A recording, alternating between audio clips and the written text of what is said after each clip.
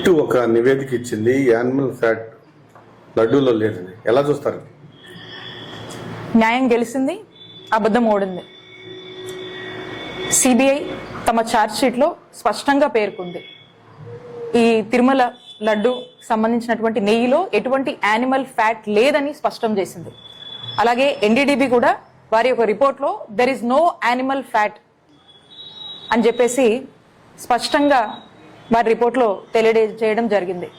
మనం చూస్తూ ఉన్నాము, చంద్రబాబు నాయుడు గారు ఏమంట అధికారంలోకి వచ్చారో అప్పటి నుంచి వైఎస్ఆర్ కాంగ్రెస్ పార్టీని టార్గెట్ చేస్తూ అనేక అంశాలతో మరి తెర మీదకు వచ్చి ఈ తిరుపతి లడ్డు విషయంలో ఇంత పవిత్రమైనటువంటి ఆ తిరుమల దేవుడితో ఆ దేవుడు దేవస్థానంలో ఉండేటువంటి లడ్డు గురించి మరి ఏ విధంగా కూడా కల్తీ అని చెప్పి మరి మాటలు చెప్పి ఊదర కొట్టారో మనం చూసాము. మరి ఈ రోజున అది స్పష్టంగా కూడా ఈ రోజున ఏ ఫ్యాటు ఏ యానిమల్ ఫ్యాట్ ఇందులో లేదని చెప్పేసి మరి స్పష్టమైనటువంటి పరిస్థితులు మనం చూస్తూ ఉన్నాము.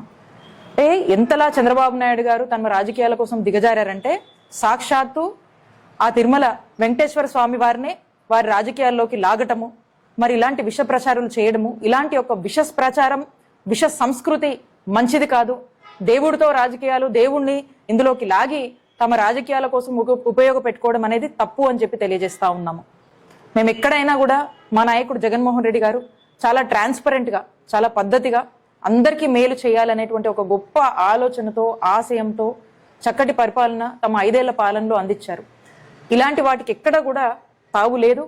మరి దేవుడే మా పార్టీ నుండి మా వైపు ఉండి మరి ఈ రోజున ఈ యొక్క స్పష్టత అనేది నిజమే అనేది మరి నిర్ధారించడం జరిగింది.